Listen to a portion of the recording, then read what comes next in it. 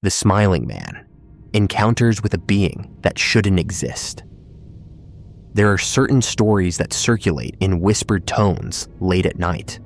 Accounts that share disturbing similarities despite coming from people who've never met, who live in different cities, different countries, different decades.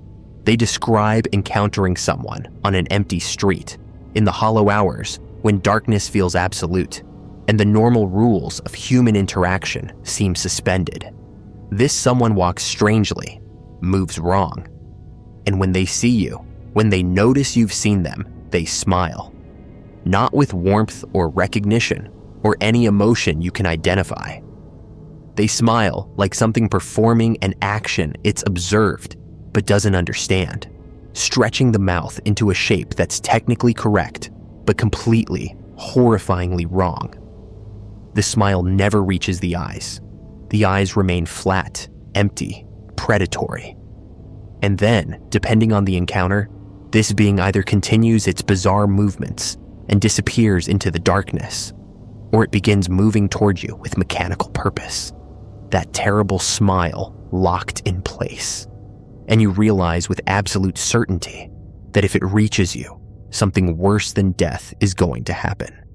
The most widely shared encounter occurred in Seattle in 2008, posted originally to an online forum by someone who'd experienced something they couldn't rationalize or forget. They described walking home around 2 a.m, sober and alert, through a neighborhood they knew well. The streets were empty, silent in that particular way cities become in the dead hours when even ambient sound seems to withdraw. Then they saw him, a tall figure approximately a block away, moving under the streetlights in a manner that immediately registered as wrong. He wasn't walking with the natural rhythm of human gait, the slight bounce and sway that comes from joints and muscles working in coordination. Instead, he moved in lurching steps, limbs bending at angles that seemed exaggerated or incorrect, head tilted at a position that suggested the neck had too many joints, or too few. But he was moving with purpose, advancing down the sidewalk as if performing movement rather than experiencing it. As the witness watched, trying to understand what they were seeing, the figure began dancing. Not dancing the way drunk people stumble and sway, but executing precise, jerking movements. Arms flailing in rigid patterns, legs kicking with mechanical timing, body contorting through poses that looked choreographed by something with only theoretical knowledge of how human bodies move. The witness froze, every instinct screaming that they were observing something deeply wrong, something that wore human form but operated according to different principles. Then the dancing figure noticed them. It stopped mid-movement and turned its head, not rotating the body first the way a person naturally would, but swiveling the head independently. Too far, maintaining eye contact that should have been impossible from that angle. And it smiled. The witness described that smile as the most terrifying part of the encounter. The mouth stretched wide, wider than seemed comfortable, showing teeth that were maybe normal or maybe too many, or arranged slightly wrong. The memory became uncertain, as if their mind refused to fully process what they'd seen. But the expression communicated nothing except the mechanical fact of smiling, the performance of an action divorced from any internal state that would generate it. The eyes above that grin remained completely dead, black in the streetlight, reflecting nothing. And then the figure began moving toward them, still maintaining that locked smile, limbs jerking in that wrong gait, advancing with clear intention. The witness ran. They described pure animal panic, overriding any rational thought, legs carrying them away as fast as possible, while their mind screamed warnings that they were being pursued by something that shouldn't exist. They didn't look back, couldn't bear to, terrified that they'd see that thing right behind them, that smile hovering in the darkness, impossibly close despite the distance. They ran until they reached their apartment building, fumbled with keys, while expecting at any moment to feel something grab them, and finally got inside and locked the door. Only then did they look through the window toward the street. Nothing. No figure, no movement, no sign that anything had been there at all. Just empty sidewalk under pools of streetlight, silent and ordinary, as if the previous 5 minutes had been hallucination except for the thundering heart and shaking hands that confirmed something had absolutely happened. But this wasn't an isolated incident. After the Seattle account was posted, others came forward with their own encounters, separated by years and geography, but sharing core elements that suggested they'd experienced the same phenomenon. A woman in Virginia described seeing a man dancing strangely on her street in the early morning hours, his movements wrong and jerking, his smile visible even from a distance, frozen and awful. When she retreated into her house and watched through a window, he stood motionless for several minutes, staring at her home, before finally walking away with that same mechanical gait. A man in Australia reported encountering a figure moving bizarrely through a park at night, body contorting through positions that suggested either incredible flexibility or joints that worked differently than human anatomy allowed. When the figure noticed him, it smiled and began approaching, and he fled without understanding why every instinct demanded escape from something that was technically just another person walking in a park. The consistency of the smile across reports is particularly striking. Different witnesses, different circumstances, but the same description of a grin that's technically correct, but fundamentally wrong, that communicates nothing human despite using a human expression.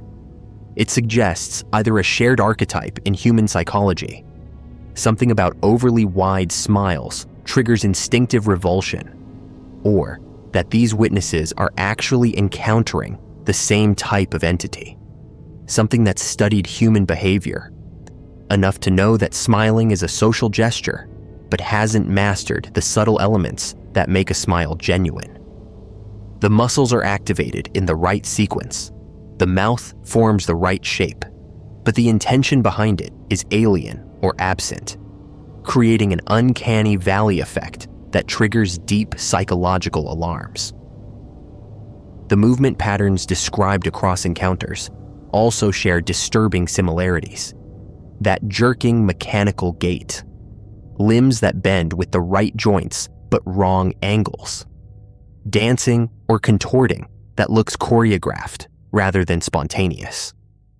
It's as if these beings have mapped human movement from observation, but are executing it according to different processing, like animation that's technically accurate, but doesn't capture the fluid reality of organic motion. Some witnesses describe the movement as puppet-like, as if the figure is being controlled by something pulling strings, making it walk and move without fully understanding the physics and coordination that make human locomotion appear natural and effortless. Theories about what the smiling man might be range from the mundane to the terrifying. The most dismissive explanation suggests mentally ill individuals having psychotic episodes, moving strangely because of neurological issues or drug effects, smiling because of inappropriate affect or internal stimulation. People do have psychological breaks that cause bizarre behavior. People do walk streets late at night in altered states. But this explanation struggles with the consistency across independent reports, the specific details that repeat despite witnesses having no contact with each other, and the sheer terror these encounters produce in people who've dealt with disturbed individuals before and can distinguish between someone in crisis and something fundamentally other.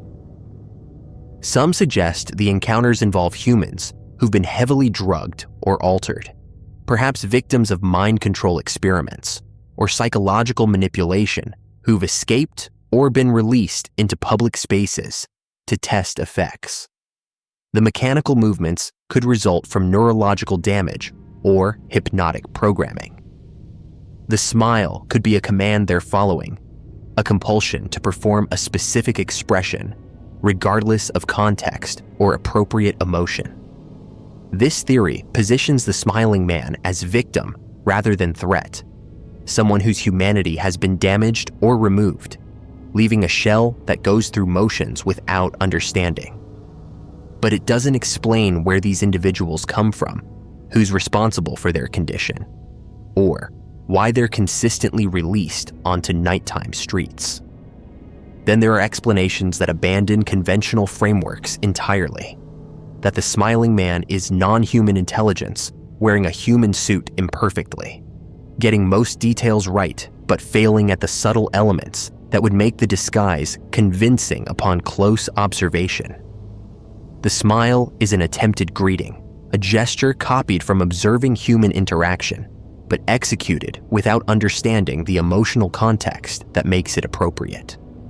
The strange movements reflect operating a body through remote control or unfamiliar interface, like a puppet master still learning how to coordinate the strings. When witnesses flee, the entity follows not from malice, but from curiosity or programmed response. Trying to complete an interaction it doesn't understand is terrifying its target. Other theories suggest interdimensional bleeding, moments when the barriers between realities thin and something from elsewhere slips through into our space. It exists partially in both realities, which is why its movements seem wrong. It's navigating two sets of physical laws simultaneously, making compromises that look bizarre from our perspective. The smile could be its natural expression, meaningful in its dimension, but horrifying in ours. Its awareness of witnesses and pursuit of them might serve purposes we can't comprehend. Collection of energy or information, curiosity about beings it encounters in this foreign reality, or malicious intent operating according to values completely alien to human ethics. There's also speculation about tulpas, or thought forms, entities created by collective belief and fear. The internet age allows stories to spread rapidly, and when thousands of people read about the smiling man, imagine him, visualize him walking through their nightmares. Perhaps they give him form. He becomes real through accumulated psychic energy, manifesting in places where belief is strong and conditions are right.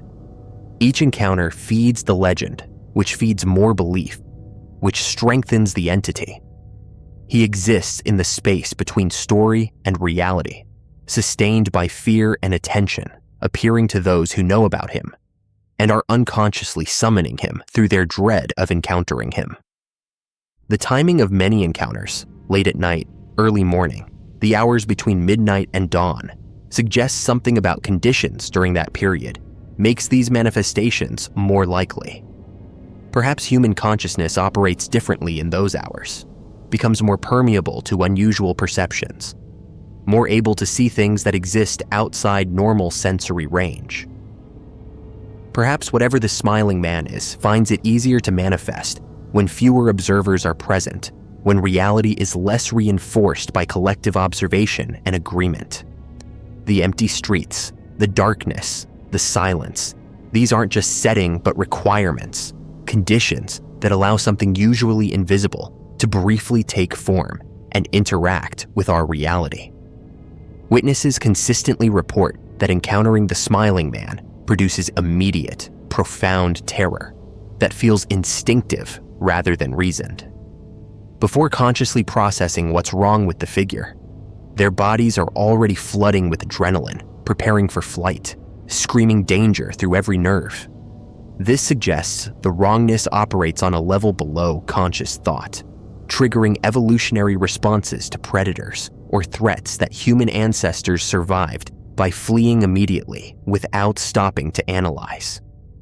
We've evolved to recognize what's human and what isn't, and when something almost human but not quite appears, every ancient warning system activates at once.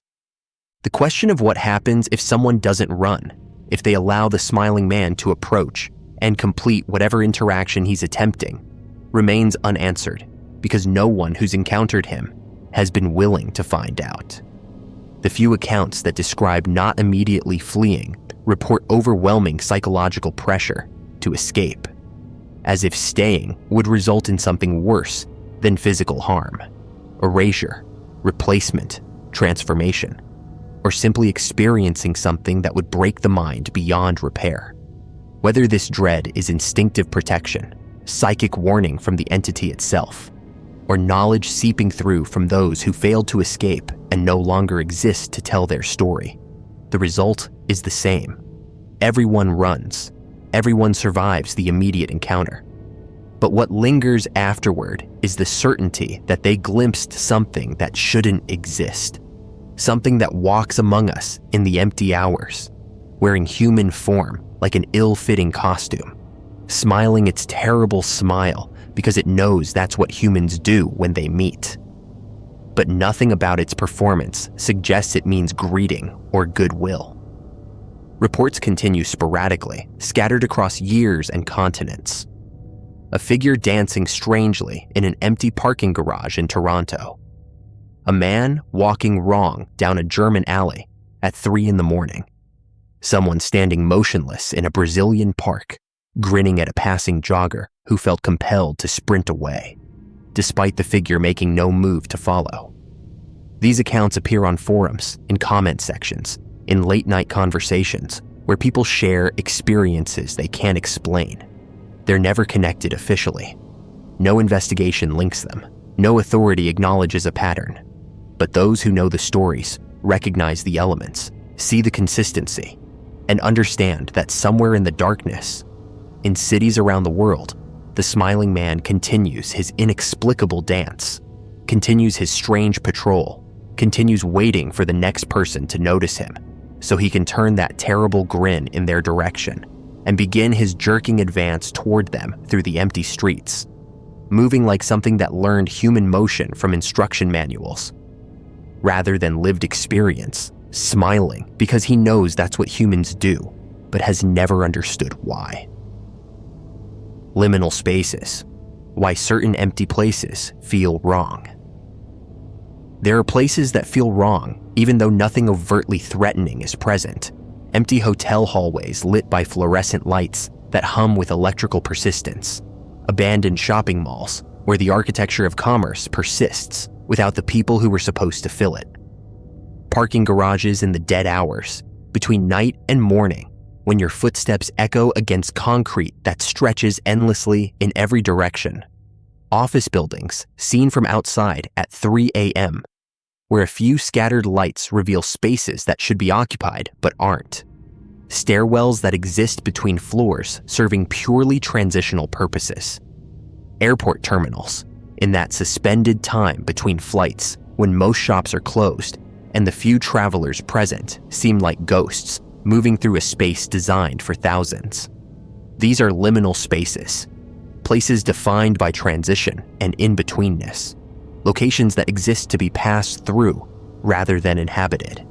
And when you encounter them empty or outside their intended context, when you're present in them during hours or conditions when you're not supposed to be, something in human consciousness recognizes wrongness that can't be rationally explained, produces unease that seems disproportionate to actual threat, creates the sense that you've stepped outside normal reality into a version that's slightly off, that functions according to different rules, that might contain things or allow events that the populated daylight version of these spaces would prevent, leaving you feeling watched or exposed or displaced in ways that make you want to leave quickly, that make you understand viscerally that humans aren't meant to occupy these transitional spaces, that being present in them when they're empty transforms them into something other than what they're supposed to be, reveals them as stages without actors, as infrastructure without purpose, as the bones of civilization showing through skin that's supposed to hide them. And this revelation, this seeing places in states they're not meant to be seen, produces psychological responses that range from vague discomfort to profound existential dread, depending on individual sensitivity and the specific characteristics of the space being experienced.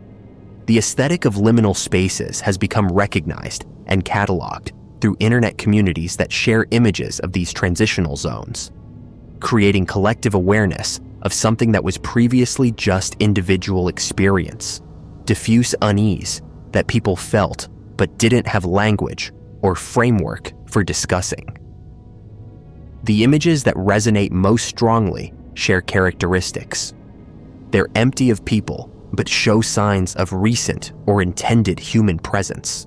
They're well lit, but with artificial light that creates harsh shadows and eliminates the variations of natural illumination. They're clean and maintained, but somehow feel abandoned or wrong. They show familiar architectural elements, but in configurations or contexts that feel strange. They capture spaces during times or in conditions when you don't normally experience them, creating disjunction between what the space is supposed to be and what it is in the captured moment. The psychological explanation centers on evolutionary responses to environmental cues. Humans evolved to find emptiness threatening. In ancestral environments, being alone or encountering empty spaces that should contain people might indicate danger, might mean predators have scared away the group, might suggest contamination or threat that others have fled from. Modern liminal spaces trigger these ancient responses because they present environmental incongruity. Spaces clearly designed for many people but containing none. Locations that exist specifically for human activity, but that are experienced in states where that activity has ceased or hasn't begun, creating a mismatch between expectation and reality that our threat detection systems interpret as potentially dangerous, even though rational assessment identifies no specific threat. The lighting in liminal spaces contributes significantly to their unsettling quality. Fluorescent lights produce constant, shadowless illumination that eliminates the variations and movements that natural light creates. This unchanging quality makes time feel suspended, makes it difficult to gauge how long you've been in the space, creates an eternal present moment that's disorienting because human consciousness normally tracks time partly through light changes. The specific frequency and quality of fluorescent light may also affect consciousness directly. Studies have shown that certain lighting frequencies can influence mood, cognitive function, and even produce subtle perceptual anomalies. Though whether this explains the liminal space effect or merely contributes to it remains unclear. The architecture of liminality has common elements: long hallways that create forced perspective, making distances hard to judge; repetitive patterns that make navigation and spatial memory difficult; layouts that prioritize movement flow rather than destination comfort; materials like tile and concrete that create acoustic properties where sound behaves strangely; extensive use of right angles and standardized dimensions that make everything feel manufactured and artificial. These design choices make sense for their intended functions. Airports and hotels need to move people efficiently. Parking structures need to maximize space. But when experienced without the crowds and activity that justify them, the design becomes oppressive, becomes visible as infrastructure rather than environment, becomes the skeleton of purpose without the flesh of actual human use. The temporal dimension is crucial. Liminal spaces feel most wrong when experienced at the wrong time, encountering them at 3 a.m., or during hours when they should be populated but aren't, when you're the only person present in a space designed for hundreds or thousands, when the normal schedule that regulates these spaces has been suspended and you're experiencing them outside their intended temporal context. This temporal wrongness compounds the spatial wrongness, creating a sense that you've slipped between the cracks of normal time, that you're experiencing reality in a mode that isn't supposed to be accessible, that the rules might be different here in this empty at the wrong time version of a space that exists differently when properly populated. The connection to dreams and unconscious imagery is frequently noted. Liminal spaces resemble environments that appear in dreams. endless hallways, empty familiar locations, transitional spaces where you're trying to get somewhere but never quite arrive. Whether liminal spaces feel wrong because they resemble dream architecture, or whether dreams include liminal spaces because they represent psychologically significant transitional states is unclear. But the overlap suggests these spaces touch something deep in human consciousness, represent psychological states as much as physical locations, embody the anxiety of being between, of not quite being anywhere, of existing in transition. The backrooms phenomenon emerged directly from liminal space aesthetics, a collaborative fiction describing infinite levels of empty yellow rooms with water-stained carpet and buzzing fluorescent lights that exist behind or underneath normal reality, that you can accidentally glitch into by no-clipping through reality's boundaries, where you wander forever through procedurally generated emptiness, occasionally encountering entities or other lost people. The backrooms represent liminal space anxiety, taken to its extreme, the transitional space becoming permanent, the place you're not supposed to stay becoming the only place you can be, the wrongness of liminality becoming your entire reality. The fact that this concept resonated so powerfully across internet culture suggests that many people recognize the specific dread that liminal spaces produce, relate to the idea that the wrong kind of empty space can feel like you've left normal reality entirely. The nostalgia element in liminal spaces is paradoxical. Images of empty malls, abandoned playgrounds, old computer labs, unused pool areas, vintage hotel interiors produce simultaneous unease and longing, suggesting that liminal spaces trigger memories of childhood or past experiences, but filtered through temporal distance that makes them feel wrong. You remember being in these kinds of places when they were functioning and occupied, and seeing them empty creates cognitive dissonance between memory and present perception, between the vital busy place you remember and the hollow empty version you're seeing, suggesting that all spaces eventually become liminal, that everything ends up abandoned and empty, that the places we remember are already gone, even if structures that resemble them still physically exist. The commercial spaces are particularly powerful as liminal locations because they exist to serve capitalist functions of exchange and consumption.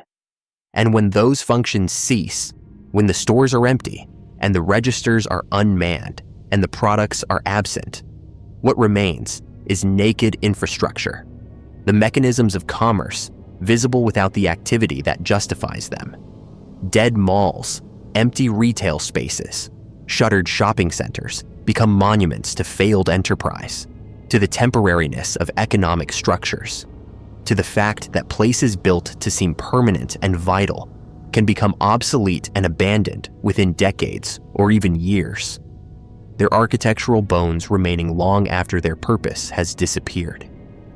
Educational spaces carry similar weight. Empty schools, abandoned classrooms, unused gymnasiums feel wrong because these spaces are defined entirely by the students who should occupy them, by the learning and activity that should fill them. Without those human purposes, the spaces become hollow shells, and encountering them empty feels like witnessing something that's died, like standing in a body that no longer contains life. The institutional quality of educational architecture, the standardization and functionality, becomes oppressive when the institution isn't functioning. When you're present in the infrastructure without the human activity that animates it. Transportation infrastructure might be the purest form of liminal space, places that literally exist only to facilitate movement between destinations that have no purpose beyond transition. Airport terminals, train stations, subway platforms, highway rest stops, parking structures are designed never to be destinations, always to be passed through, and being present in them feels fundamentally temporary and unstable, even under normal populated conditions. When empty or experienced during off hours, these spaces intensify their inherent liminality. become extremely pure versions of in-betweenness, places where you're neither where you were nor where you're going, suspended in transit, existing in a state that's by definition temporary and transitional. The geographical component affects liminal space perception. The American landscape, with its sprawling suburbs, strip malls, highway systems, and standardized commercial architecture, repeated identically across thousands of locations, produces liminal aesthetics more readily than older, more varied architectural environments. The newness and standardization mean you could be anywhere or nowhere. Landmark and place-specific identity are reduced. Everything looks like everything else, and this generic quality makes the spaces feel unreal, makes them feel like sets or simulations, rather than actual places with history and specificity. When emptied of people, these genericized landscapes become supremely liminal, become the architecture of nowhere, of standardization and repetition, creating spaces that exist more as concepts than as actual lived places. The horror dimension of liminal spaces draws on their inherent wrongness. Horror fiction and games increasingly use liminal aesthetics because these spaces naturally produce unease, provide settings where the normal rules feel suspended, where threat feels possible, even though nothing overtly threatening is present. The empty space itself becomes the threat, or rather the potential of the empty space. The fact that it could contain anything, because you can't see what's around the next identical corner, can't predict what might emerge from the transitional emptiness that surrounds you. The experience of being in liminal spaces varies individually. Some people are highly sensitive to the disorienting, disturbing qualities of these environments, feel intense wrongness and desire to leave, experience actual anxiety or distress when trapped in liminal conditions. Others notice the strangeness, but aren't particularly disturbed, can navigate and occupy transitional spaces without significant psychological impact. This variation might relate to different threat sensitivity, to how strongly individual nervous systems respond to environmental incongruity, to whether personal history or trauma makes empty or transitional spaces particularly triggering. The pandemic intensified global experience of liminality. Familiar spaces became empty or reconfigured. Streets and stores and public places that should have been populated stood vacant. The normal rhythms of activity were suspended, and people worldwide experienced their environments in liminal states, seeing them at the wrong times in the wrong conditions, witnessing emptiness where crowds should have been. This collective experience of seeing our environments in states they weren't supposed to be in, of experiencing the infrastructure of normal life without the activity that animates it, created widespread recognition of what liminal spaces feel like, of that wrongness that comes from being present in places that are functioning incorrectly, that are showing their bones, that are empty when they shouldn't be. Whether liminal spaces are purely psychological phenomenon, whether they're locations where something genuinely strange occurs because of their transitional nature, whether they're places where reality is thinner or where consciousness behaves differently, or whether they simply represent human sensitivity to environmental wrongness and evolutionary responses to emptiness. The experience remains consistent across millions of people who recognize immediately what liminal aesthetics capture, who feel the wrongness in images of empty hallways and abandoned malls, who understand without explanation why certain empty places feel not just lonely, but actively wrong, feel not just vacant, but threatening, feel not just transitional, but like you've stepped outside normal time and space into a version of reality that shouldn't be accessible, that you've somehow glitched into, like the backrooms concept describes, finding yourself in spaces that exist, but that you're not supposed to occupy, that have purposes, but that those purposes don't include you being there right now, in these conditions, making you a trespasser, not in the legal sense, but in a deeper sense. a person present in spaces and times that the architecture and purpose of these places never intended for occupation, making you wrong for being there as much as the place is wrong for being empty, creating mutual wrongness that produces the discomfort and unease and vague dread that characterizes liminal space experience that makes you want to move quickly through and out of these transitional zones, that makes you understand why these are places to pass through, not to remain in.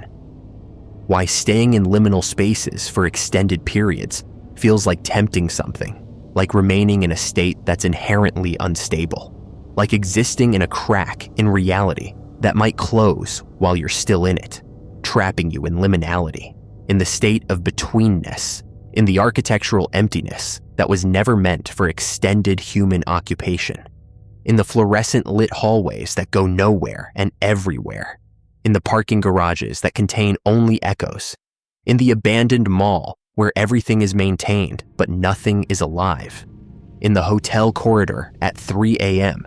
where you're the only guest and the carpet pattern repeats infinitely in both directions, in the liminal spaces that exist throughout our built environment, waiting empty and humming and wrong for those moments when someone encounters them outside their proper context and feels for an instant that reality has thinned, that the boundaries have weakened, that they've stepped somewhere they weren't supposed to be, somewhere between where they were and where they're going, somewhere that exists only to be passed through, but where they've somehow stopped, frozen in transition, suspended in the wrongness of liminal space, where time feels stuck and direction feels uncertain, and the normal rules of being somewhere don't quite apply, because you're not really somewhere. You're between. You're in the hallway between rooms, in the stairwell between floors, in the terminal between departures, in the space that has no identity except as passage, in the architecture of pure transition that when encountered empty reveals itself as the stage said it always was, as the infrastructure without the activity, as the bones of purpose without the flesh of human use, as liminal, as wrong, as the places that feel wrong precisely because they're places that shouldn't feel like anything, that should be invisible in their transitional function, that become visible only when something goes wrong, when you're there at the wrong time, or the space is empty when it should be full, or you're alone when you should be accompanied by the crowds that justify these vast commercial and institutional spaces, leaving you standing in wrongness, in liminality, in the uncomfortable recognition that the places we build and move through every day can transform into something deeply unsettling, something that triggers ancient fears and modern anxieties, something that makes us understand viscerally that certain empty places feel wrong because they are wrong, are places that exist outside proper occupation, are spaces we were never meant to really see or know.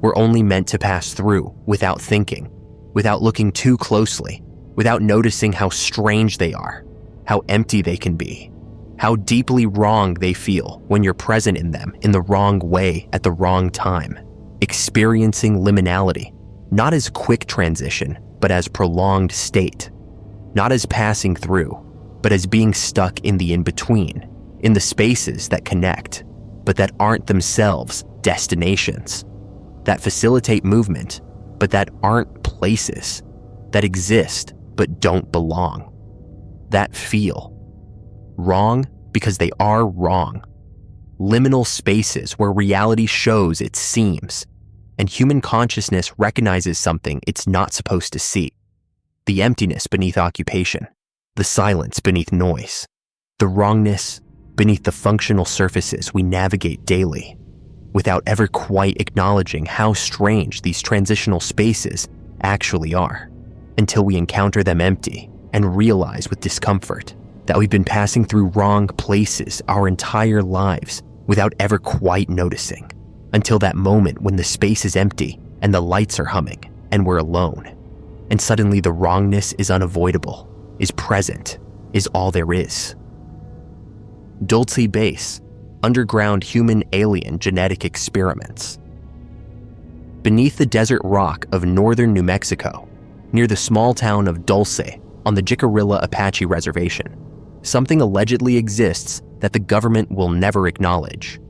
Not a storage facility, not a communications hub, not a simple underground military installation, like hundreds of others scattered across the American Southwest. According to those who claim to have worked there, to have been held there, or to have stumbled upon evidence of its existence, Dulce Base is a joint human-alien facility descending 7 levels deep into the earth, where genetic experiments are conducted that violate every understanding of ethics, biology, and human rights. The deeper you go, the darker the work becomes, until at the lowest levels, you find things that can't be called human anymore. Things that were human once, things created from scratch that were never human at all. If even a fraction of what whistleblowers describe is true, then everything we've been told about alien contact, government cooperation, and the sanctity of human autonomy is a comfortable lie masking a nightmare operating just beneath our feet. The story of Dulce Base emerged primarily through the testimony of Phil Schneider and Thomas Costello, 2 men who claimed direct involvement with the facility and who both met mysterious ends after going public with their allegations. Schneider described himself as a geological engineer, working on underground base construction for the government and military contractors. In the late 1970s, he was allegedly part of a drilling operation near Dulce when they broke through into an existing cavern system. What they found inside wasn't natural. The caverns had been modified, expanded, and occupied by beings that weren't human. A firefight erupted, Schneider was injured, and in the chaos he claimed to have seen technology and entities that convinced him humanity had made agreements with extraterrestrial species. Agreements that traded access to human subjects for technological knowledge. Thomas Costello claimed to be a security officer at Dulce Base, working in the facility for years before his conscience or his fear drove him to leave and attempt to expose what was happening. He described a massive multi-level complex built into the mesa, with the upper levels occupied by human personnel and conventional operations. Offices, security stations, storage areas that could plausibly be explained if discovered. But the lower levels, accessed through security checkpoints that grew progressively more restrictive, contained laboratories where the line between human and alien blurred until it dissolved entirely. Costello spoke of seeing humans in cages, of witnessing procedures where genetics were being manipulated, where consciousness was being altered or transferred, where things that had started as human were being transformed into something else entirely. The facility is described as a joint operation with human scientists and military personnel working alongside gray aliens. The archetypal beings with large heads, enormous black eyes, and thin bodies that appear in countless abduction reports. But according to Dulce witnesses, these grays aren't simply visiting. They're resident, permanent, occupying sections of the base, as if it's their facility as much as ours. The cooperation between human and alien personnel is described as hierarchical but complex, with some areas off limits to humans, others restricted to specific clearance levels, and tension between the two species barely contained beneath operational protocols. This isn't peaceful scientific collaboration. It's an arrangement born from power imbalance, from humanity's desperation for advanced technology and the aliens' need for something we possess: biological material, genetic diversity, or access to human consciousness for purposes we can't fully understand. Level 6 and 7 are where the horror intensifies according to testimony. Costello described rows of cages containing humans in various states of alteration. Some appeared drugged, barely conscious, bodies showing signs of surgical intervention or genetic modification. Others were hybrids, beings that combined human and alien features in ways that suggested they'd been created rather than born, grown in artificial wombs or vats for purposes that remained obscure. He spoke of a section he called Nightmare Hall, where the most extreme experiments were conducted, where things existed that couldn't be categorized as human or alien, but represented some twisted fusion of both. The suffering in these areas was immense, though many subjects appeared too altered to fully comprehend their condition, their minds broken or modified along with their bodies. The genetic work allegedly pursued at Dulce involves attempts to create hybrid species that combine human adaptability and consciousness with alien physiology and abilities. The Greys, some theories suggest, are themselves a dying species, genetically stagnant, unable to reproduce successfully without outside intervention. Their interest in human genetics stems from desperate need. We possess something they've lost, some vitality or diversity that could revive their species or create a hybrid successor. The experiments explore which human traits are compatible with alien genetics, how consciousness translates between species, whether the essential qualities that make us human can survive being housed in non-human biology. Each hybrid represents data. Each failed experiment teaches them something, and the human cost is apparently acceptable to whatever authority authorized this arrangement. But hybridization flows both ways, according to some accounts. Human subjects are allegedly modified to be more alien, to survive in different atmospheric conditions, or to possess enhanced abilities. These experiments test the limits of how far human biology can be pushed before something fundamental breaks. Costello described subjects whose skeletal structure had been altered, whose organs had been modified or replaced with artificial or alien equivalents, whose nervous systems had been augmented with technology that blurred the line between living tissue and machine. The goal, he suggested, was creating humans who could survive extreme environments, who could interface directly with alien technology, or who could serve purposes that normal human biology wouldn't permit. The question of consent is central to the horror of Dulce. Where do these subjects come from? Abduction reports have been documented for decades, people claiming to be taken against their will, subjected to medical procedures aboard craft or in facilities they couldn't identify, then returned with missing time and fragmentary memories. Skeptics attribute these to sleep paralysis, false memories, or psychological conditions. But if Dulce exists, if underground facilities are conducting genetic experiments requiring human subjects, then abduction would be the mechanism for acquiring test subjects who won't be missed, or whose disappearance can be explained away. Missing person statistics show thousands of people vanishing every year without resolution. How many might have ended up in facilities like Dulce, their disappearance attributed to running away, foul play, or voluntary departure, when the truth is imprisonment in underground laboratories where their humanity is systematically stripped away? The technology described at Dulce goes beyond genetics. Costello spoke of vats where beings were grown rapidly from genetic templates, artificial wombs that could produce a fully developed hybrid in months, rather than the 9-month human gestation period. He described devices that could extract consciousness or transfer it between bodies, technology that treated the mind as software that could be copied, moved, or deleted. The implications are staggering. If consciousness can be extracted and stored, then death becomes optional for those with access to the technology.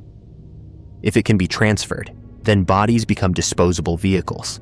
If it can be copied, then the very concept of individual identity dissolves.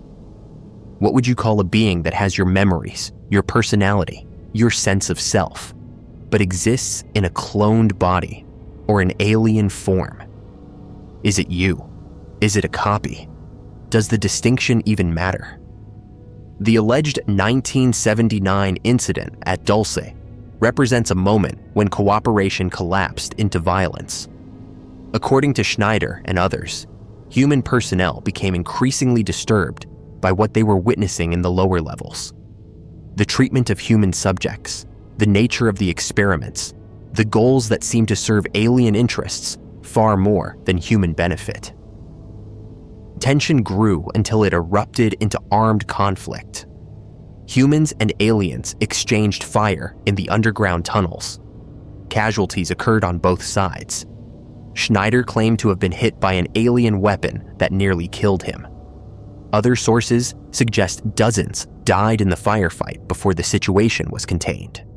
Afterward, security was tightened. Human access to the lower levels became even more restricted, and anyone who knew too much about what sparked the conflict was reassigned or eliminated. The town of Dulce itself sits unaware above these alleged horrors.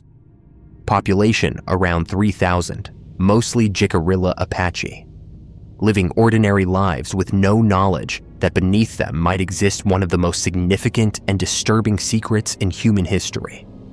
Except that some residents report strange things. Unexplained aircraft, particularly at night, lights moving in patterns that don't match conventional aviation, cattle mutilations that plague the region, animals found drained of blood with surgical precision, organs removed in ways that suggest advanced technology and purposes beyond simple predation or ritual. Sounds from beneath the ground, vibrations felt through the earth, phenomena that could be dismissed individually but collectively paint a picture of something unusual occurring in the area. The military presence near Dulce is documented and undeniable. Los Alamos National Laboratory, where nuclear weapons research continues, sits less than 100 miles away. Kirtland Air Force Base, associated with nuclear weapons and special projects, is nearby. The region has been home to classified research for decades, with vast stretches of federal land closed to public access. The infrastructure for underground facilities exists. We know the government has built installations below ground for continuity of operations, for storing sensitive materials, for conducting research that requires isolation. The question isn't whether underground bases exist in the Southwest. The question is what's being done in them, and whether any involve cooperation with non-human intelligence. Skeptics point to the lack of physical evidence, the absence of satellite imagery, showing the massive ventilation systems and power infrastructure that a 7-level underground facility would require, the fact that both primary witnesses are dead and their claims can't be verified. Phil Schneider died in 1996, found strangled with a catheter tube wrapped around his neck, officially ruled a suicide despite the manner of death and his repeated statements that he feared assassination. Thomas Costello disappeared in the late 80s after allegedly stealing photographs and video from Dulce Base, materials that were supposed to prove his claims but have never surfaced publicly. His wife and child disappeared with him. No bodies were found. No trace of their whereabouts has emerged. This could mean they're living under assumed identities in hiding, or it could mean they were eliminated along with the evidence they carried. The deeper implication of Dulce, if any version of it is real, extends beyond genetic experiments. It suggests a relationship between human government, presumably elements operating above conventional oversight, and alien species, a relationship based on trade, technology for access, advanced knowledge for biological material. The cooperation required to build and operate a joint facility implies communication, negotiation, agreements. When did this relationship begin? What authority decided humanity would enter into this arrangement? What were we promised in exchange for giving alien intelligence access to human subjects? And most disturbing, what happens if we try to back out of the agreement now? Do we even have that option, or have we become dependent on whatever technology we've received, locked into a relationship we can't escape without losing capabilities that have become essential? The genetic experiments also raise questions about other programs and phenomena. Are some UFO abductions actually human military operations designed to provide subjects for Dulce-like facilities while maintaining the alien cover story? Are the hybrids being created eventually released into the human population, walking among us indistinguishable from normal humans, but engineered for purposes we can't detect? Do the modifications and procedures pioneered on non-consenting subjects at Dulce eventually get refined and offered as enhancements to elite humans, creating a breakaway civilization that's genetically diverging from baseline humanity? Each question spawns more questions, a fractal of disturbing possibilities, branching from the central premise that somewhere beneath the New Mexico desert, in laboratories carved into ancient rock, the boundaries of species and consciousness are being violated in the name of advancement or survival, or purposes we aren't meant to understand. Visitors to the Dulce area sometimes report strange compulsions, feelings of being watched, dreams or visions of underground facilities and gray figures, missing time they can't account for. These experiences could be suggestibility, the power of expecting to experience something unusual in a location associated with conspiracy theories. Or they could be residual effects of whatever actually occurs there, psychic contamination from the suffering and violation happening below. Or active scanning and influence from the facility's occupants, ensuring that no one who gets too close remembers enough to cause problems. The desert keeps secrets well, and the Earth provides perfect cover for operations that must never see daylight. Whether Dulce Base exists exactly as described, whether it's a distorted version of something that operates differently than witnesses understood, or whether it's entirely fabricated from fear and speculation, the concept resonates because it crystallizes anxieties we all carry about government secrecy, alien contact, and bodily autonomy. The fear that authorities have made deals we didn't consent to. The terror that advanced beings view us as resources rather than equals. The nightmare that human bodies and consciousness could be manipulated without permission or recourse. Dulce Base is where all these fears converge beneath the Earth, hidden from oversight, operating according to ethics that would horrify anyone who learned the details. And if Phil Schneider and Thomas Costello were telling the truth, if their deaths were the cost of trying to expose what they knew, then somewhere right now, beneath the desert, in levels descending deeper into darkness, work continues that we're better off never seeing. Experiments proceeding that answer questions we should never have asked, creating beings that should never exist. All in service of an arrangement between species that treats humanity not as partners, but as livestock, raw material for an agenda we'll never be permitted to fully understand. Quantum immortality. You've died many times but keep shifting. There's a disturbing philosophical implication of the many worlds interpretation of quantum mechanics. A thought experiment that, if taken seriously, suggests that from your subjective perspective, you can never actually experience death, that every time you face a potentially fatal situation, a car accident where you should have died, an illness that should have been terminal, a moment of danger where survival required improbable luck, you don't experience the timelines where you die, because dead observers can't experience anything, but instead, your consciousness continues only in the quantum branches where you survived, no matter how improbable those branches become, creating a situation where from your internal perspective, you're functionally immortal, always finding yourself in the timeline where you lived, where the cancer went into unexpected remission, where the bullet missed by inches, where the accident that killed others somehow spared you, where improbable survival after improbable survival accumulates until you begin to notice that you've been extraordinarily lucky, that you've survived things you shouldn't have survived, that people around you die in circumstances similar to ones you've experienced, but somehow you always make it through, suggesting that you've actually died many times in other quantum branches.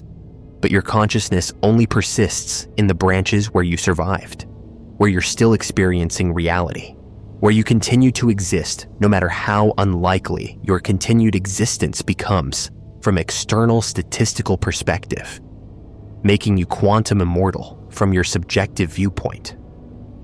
Even though in the vast majority of quantum branches you're dead, even though most versions of you died in that car accident, or from that disease, or in that moment of danger, but the versions that died aren't experiencing anything anymore, aren't continuing in any timeline, while you, the experiencing subject reading this, only exist in timelines where you survived, creating anthropic selection effect where your continued existence proves nothing about how likely your survival was. Only that in the timeline you're experiencing, you survived, because that's the only kind of timeline you could be experiencing, because dead versions of you aren't experiencing timelines where they died, making death impossible to experience, even though it's constantly occurring in adjacent quantum branches, leaving you immortal from your perspective while mortal from everyone else's perspective, creating bizarre asymmetry where you can watch others die, can experience their permanent absence, but can never experience your own death. Because the moment you would die, your consciousness simply continues, only in branches where you didn't, where something improbable saved you, where quantum probability happened to break in the direction that preserved your existence. And if this pattern continues indefinitely, you should expect your subjective experience to become increasingly improbable, to involve more and more unlikely survivals, more and more situations where everyone around you is asking how you made it through, where your continued existence becomes statistically anomalous, where you start to notice that you're the luckiest person you know, that you've survived situations that killed others. That probability seems to bend in your favor in ways that would be remarkable if you were just one person in one timeline. But that makes perfect sense if you're one consciousness experiencing only the subset of quantum branches, where you survived while being oblivious to the vastly more numerous branches where you died, making quantum immortality simultaneously comforting. You never experience death and disturbing. Everyone you know will eventually die from your perspective, while you continue on in increasingly improbable timelines, potentially watching the universe age around you while you persist, because there's always some quantum branch, no matter how unlikely, where you survive another day, where your consciousness shifts to another improbable survival, where death remains forever in your future, never in your experienced present, making quantum immortality less about living forever and more about being trapped in consciousness that can't experience its own ending, that shifts between timelines without knowing it's shifting, that mistakes its string of improbable survivals for luck or divine protection or simple persistence when it might actually be quantum mechanical necessity, might be the inescapable consequence of consciousness only being able to experience timelines where it exists, leaving you to wonder whether the close calls you've had, the near misses, and the unexpected recoveries were actually close calls where you barely survived in this timeline, or whether they were deaths in other timelines that you only remember from the surviving side. Whether you've already died 100 times, but your consciousness only exists in branches where you didn't, making this timeline, this moment, this continuation of experience just one of infinitely many quantum branches, but the only one you can experience because all the others where you died aren't available to you, aren't experienceable by you, aren't part of your subjective reality, no matter how objectively real they are in the multiverse, leaving you immortal until you're not, until the final death that occurs across all remaining quantum branches simultaneously, until the moment when no branches remain where you survive, which if you're young and healthy might be decades or centuries in your subjective future, but which if you're old or sick might be imminent, might be approaching as the set of possible survival branches narrows, as probability constrains the multiverse toward outcomes where your continued existence becomes impossible, across all branches, where quantum immortality finally ends, not because you experience death, but because there are no more branches for your consciousness to shift to. No more improbable survivals available. No more quantum timelines where you continue, leaving you to wonder whether every moment of continued existence is a shift, is a death survived in other branches, is a consciousness that persists only because it must persist in any timeline where it experiences anything at all, making you simultaneously mortal and immortal, depending on which perspective you take. Mortal from outside, where observers see you age and eventually die. Immortal from inside, where you experience nothing but continuation, nothing but survival, nothing but the next moment and the next, each one representing a quantum branch where you still exist, while innumerable branches where you died proceed without you, without your consciousness, without your subjective experience of their reality, leaving quantum immortality as either profound truth about the nature of conscious experience in many worlds' universe, or as philosophical confusion about what consciousness and death actually mean, or as both simultaneously, a framework that might be descriptively accurate about your subjective experience, even if it doesn't change the objective reality of your mortality, doesn't prevent your death in most branches, doesn't save you from aging and entropy, and the eventual heat death of the universe. But that does predict and explain the pattern of your subjective experience. The fact that you're alive right now. To read this, that you've survived every danger you've faced so far, that you're experiencing continuation, which is exactly what quantum immortality predicts you'll always experience, until the very end, until all branches close, until the shifting stops, leaving you to wonder in every moment whether you just survived something in another branch, whether the life you're living is the improbable one, whether you're immortal in the only way that matters, subjectively, experientially, continuously, unable to experience the deaths that are happening to you across the multiverse, because you only exist where you exist, only persist where you persist, only shift between the branches where you're alive to shift, making quantum immortality not a gift, but a description, not salvation, but explanation, not eternal life, but subjective inability to experience anything except life continuing, moment after moment, breath after breath, shift after shift between quantum branches you'll never know you're shifting between, deaths you'll never know you died, survivals you'll never know were improbable, until the end, whenever and however that comes, in the final moment that closes all branches, that makes continuation impossible, that ends the shifting and ends the immortality and ends the consciousness that could only ever experience its own continuation, never its own cessation, making you functionally immortal until you're not, quantum protected until you're not, continuously experiencing life until experience itself ends, leaving quantum immortality as either the most profound truth about conscious existence or the most elaborate philosophical confusion about what death means and what consciousness is, and whether subjective experience in many worlds' universe really does create functional immortality from internal perspective, even while objective mortality proceeds normally from external perspective, leaving you, the conscious experiencer reading this, surviving this moment, existing in this branch, to wonder whether you've already died 1,000 times, but only remember the survivals, whether the close calls were closer than you think, whether you're immortal in the only way a conscious being can be immortal, by never experiencing anything except the continuation of experience, the persistence of awareness, the next moment arriving after this one, in an unbroken chain that feels like it could never end, even though it will, even though it must, even though quantum immortality isn't really immortality, but just the observer selection effect that guarantees you only experience timelines where you're alive to experience them,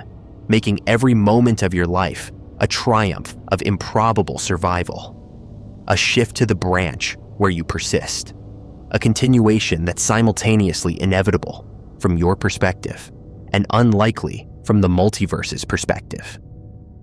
Leaving you alive, conscious, reading this, experiencing this moment in the quantum branch where you survived to experience it, while other versions of you in other branches didn't survive, aren't reading this, aren't experiencing anything, aren't part of your subjective reality, aren't available to you, leaving only this, only now, only the continuous experience of being alive in the branches where you're alive, immortal until the final death. Quantum protected until all branches close, shifting between possibilities until no possibilities remain, making quantum immortality both true and meaningless, both profound and trivial, both the most important fact about your existence and completely irrelevant to how you live. Because whether you're shifting between branches or simply living in one, whether you've died 1,000 times or never died at all, the subjective experience is identical. You're here, now, alive, conscious, experiencing this moment, unable to experience any moment where you're not, making quantum immortality simultaneously the deepest truth about consciousness and the most obvious tautology. You experience being alive because that's the only thing you can experience. You survive every danger from your perspective because dead perspectives don't persist. You're immortal until you're not. Quantum protected until protection ends. Shifting through branches of survival until no branches remain.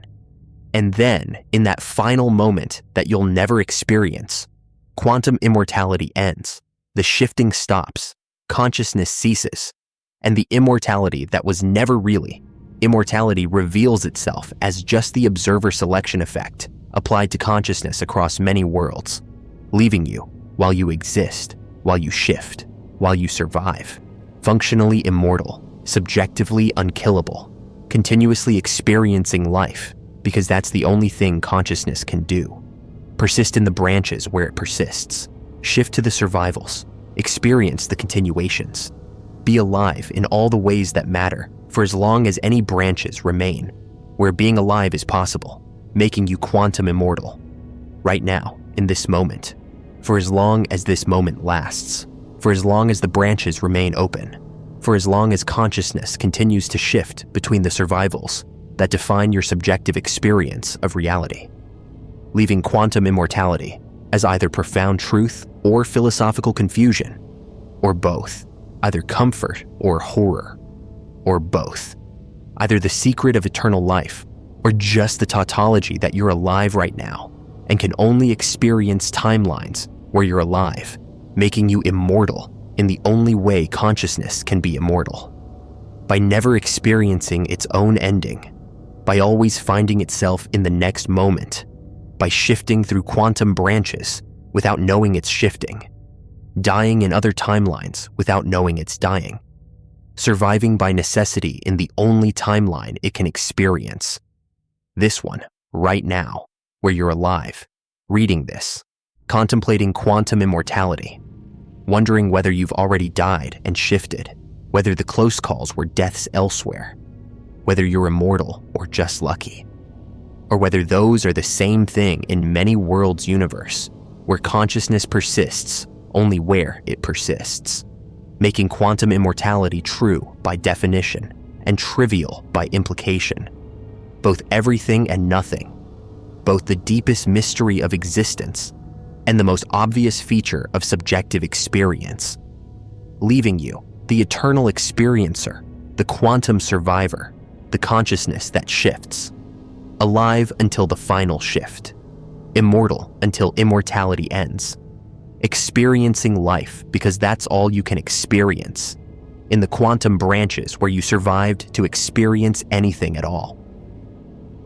Children's drawings of previous lives, they never lived. There are cases documented across cultures and continents where young children, typically between ages 2 and 6, begin spontaneously describing lives they claim to have lived before, providing names, locations, and specific details about people and events they shouldn't have any knowledge of.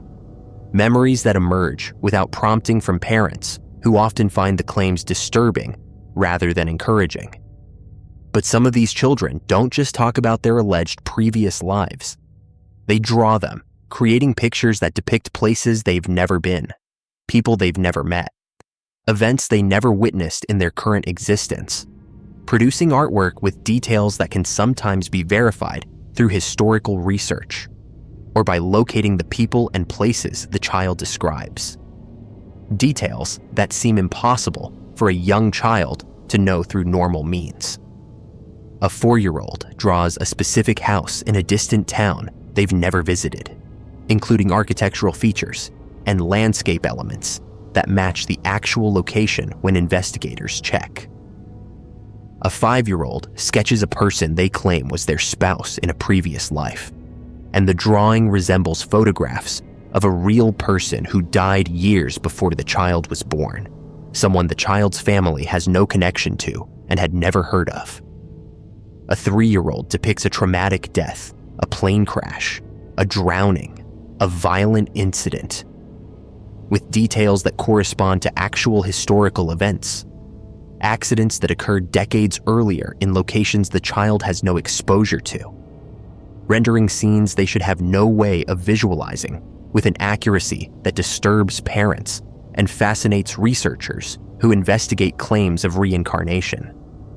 These aren't vague, impressionistic sketches that could represent anything, but specific detailed drawings that contain verifiable information, that depict real places and real people and real events from the past, created by children too young to have learned this information through conventional means, too young in many cases to have been taught much about history or geography, producing artwork that suggests they're accessing memories of experiences they never had in their current lives. Memories that, if genuine, would prove that consciousness survives death and can transfer between bodies. That reincarnation isn't religious mythology, but documentable reality. Or alternatively, that children are somehow accessing information through means we don't understand, collective unconscious, telepathy, genetic memory, or some other mechanism that allows knowledge to transfer across time and space in ways that conventional neuroscience doesn't acknowledge, leaving researchers and families confronting drawings that shouldn't exist, that contain information children shouldn't possess, that either prove reincarnation or prove that human consciousness and memory work in ways far stranger than materialism allows, ways that permit young children to know things about the past that they have no normal means of knowing, to visualize scenes they never witnessed, to draw people they never met, to depict lives they never lived, but that they claim with absolute certainty were theirs before they were born, into their current bodies, before their current memories began,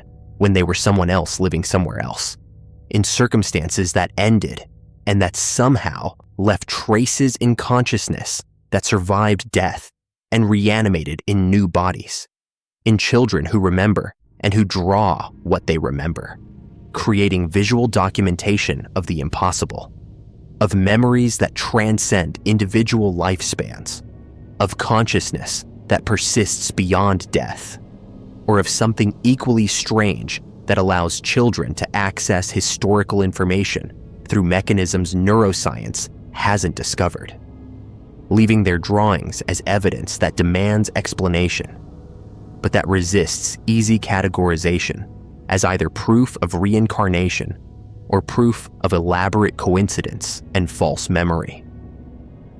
The research into children's past life claims has been most extensively documented by psychiatrist Ian Stevenson and his successor, Jim Tucker, at the University of Virginia's Division of Perceptual Studies. Over decades, they've investigated thousands of cases where children report memories of previous lives, focusing on cases where the children provide specific verifiable details that can be checked against historical records or by locating the families of the deceased persons the children claim to have been. The strongest cases involve children who name their previous identity, describe their death, identify family members from their claimed previous life by name or relationship, and provide details about locations, possessions, or events that are later confirmed as accurate when investigators locate the previous family and verify the information against their knowledge and records. The drawings add a dimension beyond verbal testimony. A child might describe a previous life in ways that parents could unconsciously influence through leading questions, or that could be confabulated from fragments of overheard information. But drawings capture visual detail that's harder to explain through suggestion.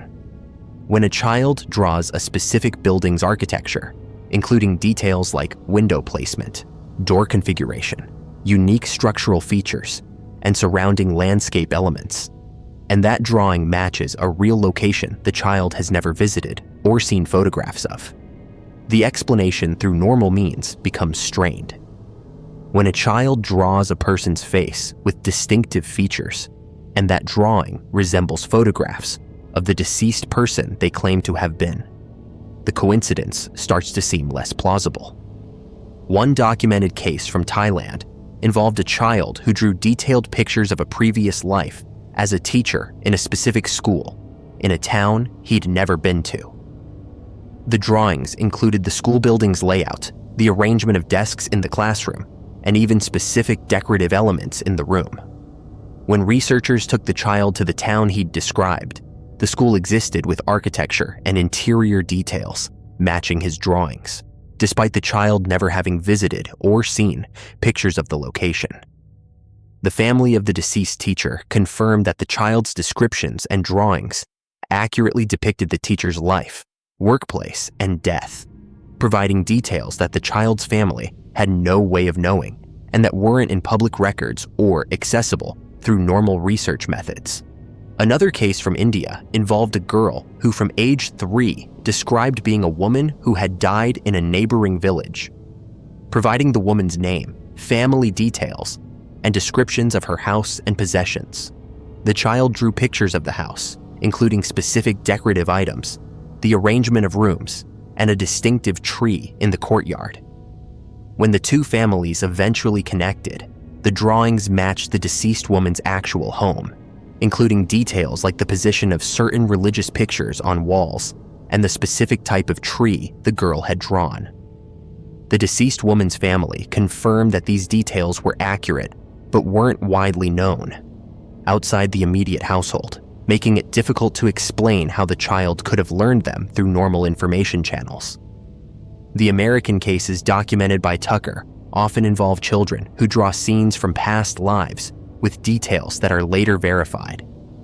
A boy in Oklahoma began at age 4, talking about being a Hollywood extra in the 1930s and 40s, providing specific details about movies and actors and life in Hollywood during that era. His drawings included specific buildings, cars, and street scenes from that period, rendered with accuracy that seemed impossible for a child in the 1990s to possess without exposure to detailed historical resources about Hollywood's golden age. When researchers investigated, they were able to identify the person the child claimed to have been, a Hollywood extra who had died in the 1970s, and verified many of the child's claims and drawings against historical records and surviving photographs from that era. The spontaneity of these memories and drawings is significant. The children aren't prompted or encouraged to remember previous lives. The memories emerge spontaneously, often to parents' confusion or distress, particularly in Western cultures where reincarnation isn't part of the dominant belief system. Parents often initially dismiss the claims, try to discourage the child from talking about it, or become worried that their child is disturbed or fantasizing. The fact that memories persist despite parental discouragement suggests they're not being reinforced or encouraged by the family environment. The memories typically fade as children get older. By age 7 or 8, most children who reported previous life memories stop talking about them, and when interviewed later, often have little to no recollection of having made the claims. This developmental pattern is consistent across cultures and cases, suggesting a window in early childhood where whatever mechanism allows access to these memories is active, closing as the child's current life personality and memories become more dominant, and as the neural structures supporting current identity solidify. The trauma correlation is notable. Many children who report previous life memories describe deaths that were violent or traumatic. Accidents, murders, warfare, sudden illness. The percentage of cases involving traumatic death is far higher than the percentage of deaths that are traumatic in the general population, suggesting that violent or sudden death might somehow make memories more likely to persist or transfer. This could indicate that unresolved trauma at death creates stronger memory traces, or could indicate that the mechanism by which memories transfer is somehow activated or facilitated by trauma. Birthmarks and birth defects that correspond to fatal wounds from claimed previous lives appear in some cases. Children with birthmarks matching the location of fatal gunshot wounds described in their previous life memories, scars that correspond to surgical incisions from the previous person's medical history, or physical anomalies that match injuries or conditions the previous person had. Stevenson documented hundreds of these cases, photographing the birthmarks and comparing them to medical records or autopsy reports from the deceased persons, finding matches that seem too specific to be coincidental. The cultural variation is significant. Cases are reported most frequently in cultures where reincarnation is an accepted belief: Buddhism, Hinduism, various indigenous traditions. But they occur in Western contexts as well, just less frequently or less openly due to cultural resistance to the concept.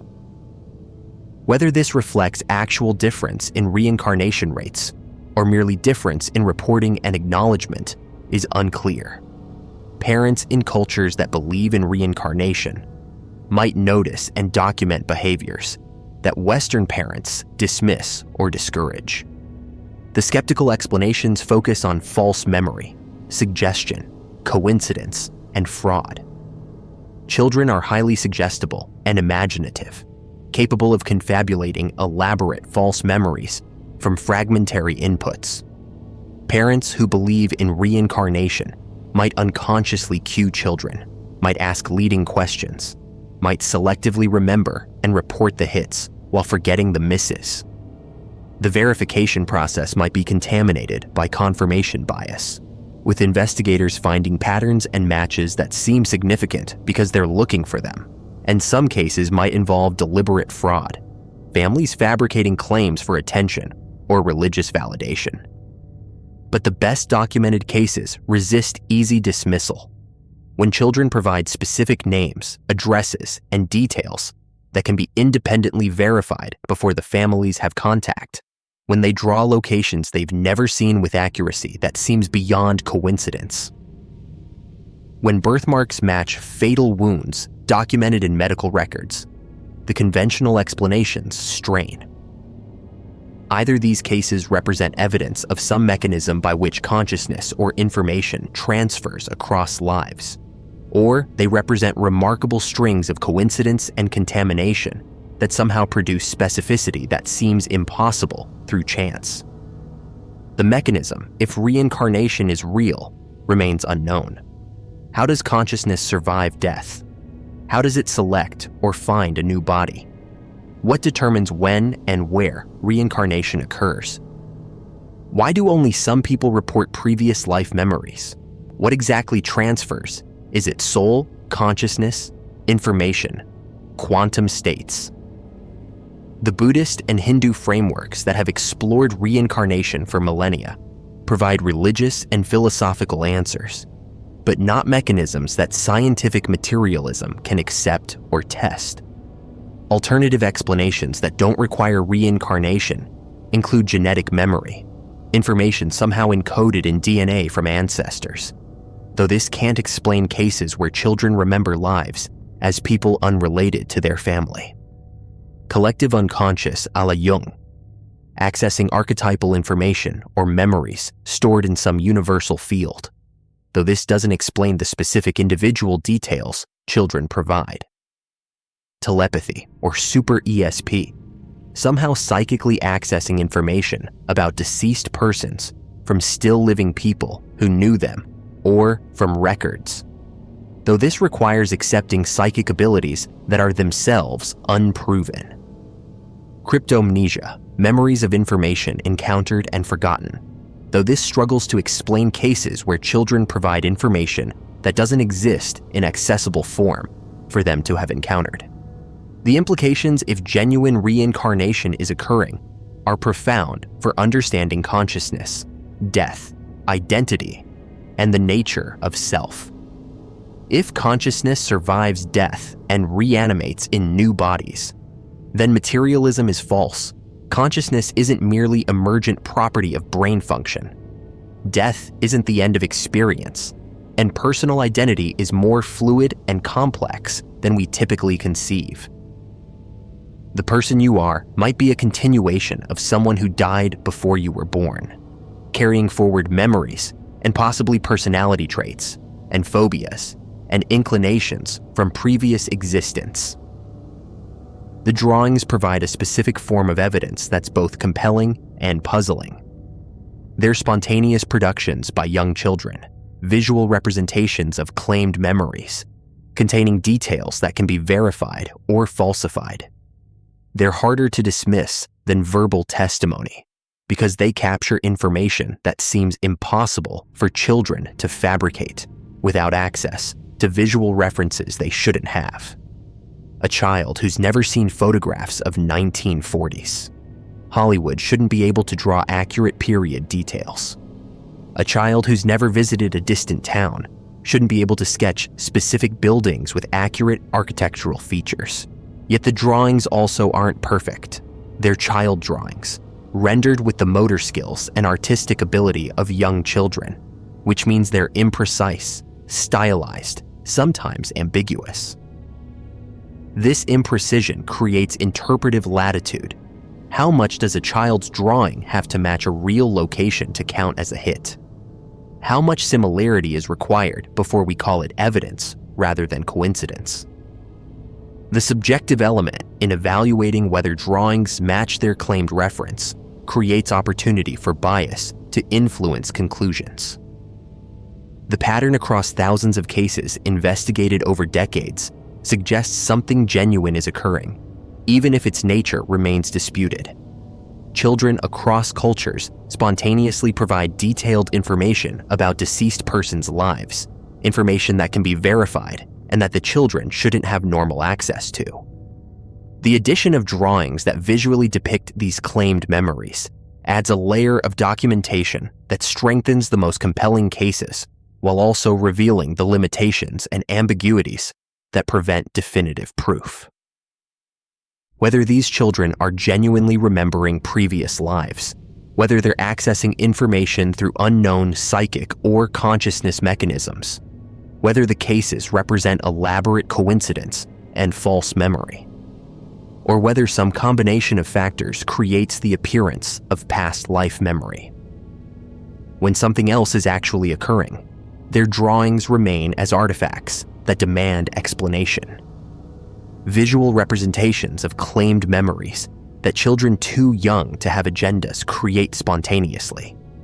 Drawings that sometimes contain verifiable details that seem impossible for the children to know, that depict places and people and events from before they were born, that if genuine would prove consciousness survives death, and that human identity isn't bound to a single lifetime, but continues across multiple existences, reincarnating with memories that sometimes persist in early childhood before fading as the new life's experiences overwrite the old, leaving only these drawings as documentation, only the artwork created by children who remember living before, who remember dying and being born again, who draw what they remember from lives they claim were theirs, lives that ended and that somehow left traces in consciousness that transferred into new bodies, into children who for a few years remember, and who draw, and who tell anyone who'll listen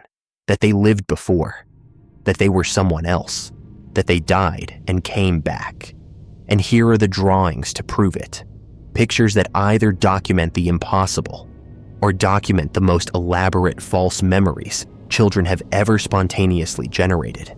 Drawings that researchers study and skeptics dismiss, and parents keep in uncertain wonder, never quite sure whether their child is accessing genuine memories from a previous life or whether something else is creating the impression of memory when no actual previous life existed, leaving the drawings in permanent ambiguity, evidence that could prove reincarnation or could prove nothing, depending on how you interpret them, depending on what you believe about consciousness and death, and whether identity can persist across the boundary that separates one life from the next, whether children can remember lives they never lived in their current bodies, whether their drawings depict real previous experiences or impossible false memories, whether consciousness survives death, or whether these cases represent something equally strange that we don't yet understand, leaving the drawings as they are,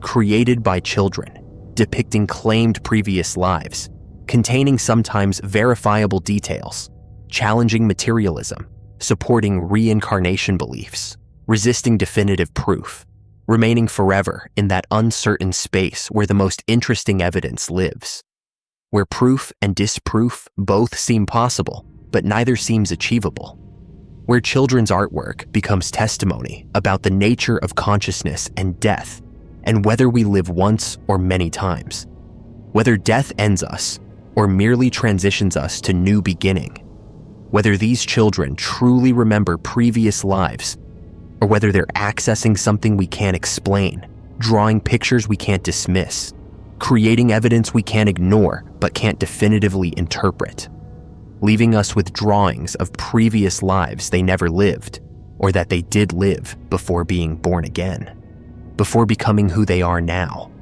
before forgetting as they always do by age 7 or 8, leaving only the drawings from when they still remembered, when they could still access whatever memories or information or consciousness fragments persist across death and rebirth, captured in child-rendered pictures that are either the most compelling evidence for reincarnation or the most puzzling false memories children spontaneously generate, drawings that remain, that document something, that prove either everything or nothing depending on what framework you use to interpret them, leaving children's drawings of previous lives they never lived, or that they did live as permanent testimony to mysteries we can't solve, questions we can't answer, evidence we possess but can't conclusively evaluate, drawings that exist as artifacts of childhood, of claimed past lives, of consciousness that might survive death, of memories that might transfer across lifetimes, of children who remember and draw what they remember before forgetting, before becoming fully themselves in this life, before the previous life fades completely, leaving only drawings, only memories in picture form, only evidence that tantalizes and frustrates, that suggests reincarnation might be real, that consciousness might survive death, that children might genuinely remember previous existences, or that something equally mysterious creates these effects through mechanisms we haven't discovered, leaving the drawings as they are and have always been unexplained, fascinating, disturbing, compelling, ambiguous, evidence of something but evidence that refuses to definitively tell us what that something is. Polybius, the arcade game that drove players insane. In 1981, according to urban legend that emerged decades later, a mysterious arcade game called Polybius appeared in a handful of suburban Portland, Oregon locations, installed without fanfare or advertising, drawing players through word of mouth about its intensely addictive and disorienting gameplay. The game allegedly featured abstract vector graphics, psychedelic color patterns, and gameplay mechanics that were simultaneously compelling and disturbing, drawing players into extended sessions that left them experiencing severe psychological and physiological effects. Within weeks of playing Polybius, people reportedly suffered amnesia, night terrors, seizures, hallucinations, and profound aversion to video games in general, symptoms so severe that several players allegedly required hospitalization for psychiatric evaluation. The machines were supposedly monitored by men in black who would visit the arcade locations after hours, opening the cabinets not to collect quarters, but to retrieve data, as if the game itself was collecting information beyond high scores, as if player interactions were being studied for purposes the arcade owners didn't understand and weren't authorized to know. Then, after approximately 1 month of operation, the Polybius machines vanished as mysteriously as they'd appeared, removed from all locations simultaneously, with the company allegedly responsible. Sinneslöschen, a name that means sense deletion. In German, having no traceable existence, no business records, no other products, no employees who could be identified or interviewed. The game became legendary in retro gaming communities as the ultimate lost arcade cabinet, the subject of desperate searches by collectors and historians who found no physical evidence that Polybius ever existed. No ROM dumps, no circuit boards, no cabinets, no advertisements, no contemporary documentation from 1981 mentioning the game. Yet the legend persists with remarkable consistency across sources, creating the question of whether Polybius was a real psychological experiment disguised as entertainment, a government or military program testing subliminal messaging or consciousness manipulation through gaming platforms, or whether it's entirely fictional, an internet-age urban legend that has achieved such cultural penetration that people now remember or claim to have played a game that never existed, their memories constructed from the legend itself, rather than from actual experience, creating false recollection through the power of shared narrative, leaving Polybius as either the most successfully suppressed arcade game in history or the most successful fictional creation masquerading as suppressed history. A game that supposedly drove players insane, and that might itself be driving researchers and enthusiasts insane in their attempts to determine whether it was ever real. The timeline is crucial to understanding Polybius skepticism. The game allegedly appeared in 1981, but the first documented mention of it doesn't appear until 1998, when it was added to coinop.org, a website cataloging arcade games, listed as if it were a real title alongside genuinely documented games. The listing provided brief information about its existence and effects, but cited no sources, included no screenshots or technical specifications, and was added by an unknown contributor.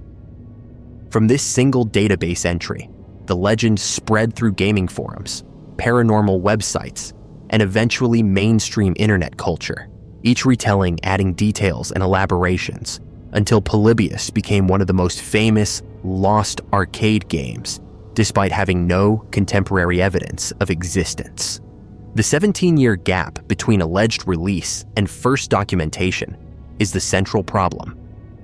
1981 had active arcade gaming culture, enthusiast magazines, local news coverage of arcade trends and controversies.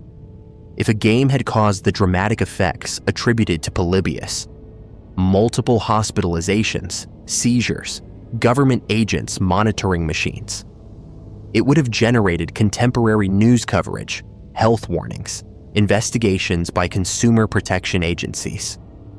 Arcade owners who installed machines causing such problems would have removed them and reported to distributors. Players who suffered would have sought legal recourse. Parents would have complained to authorities.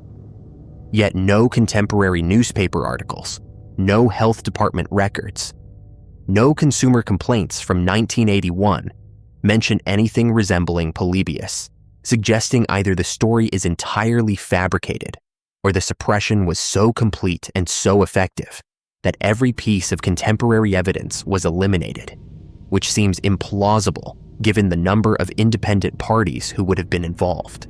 The name Polybius itself is interesting.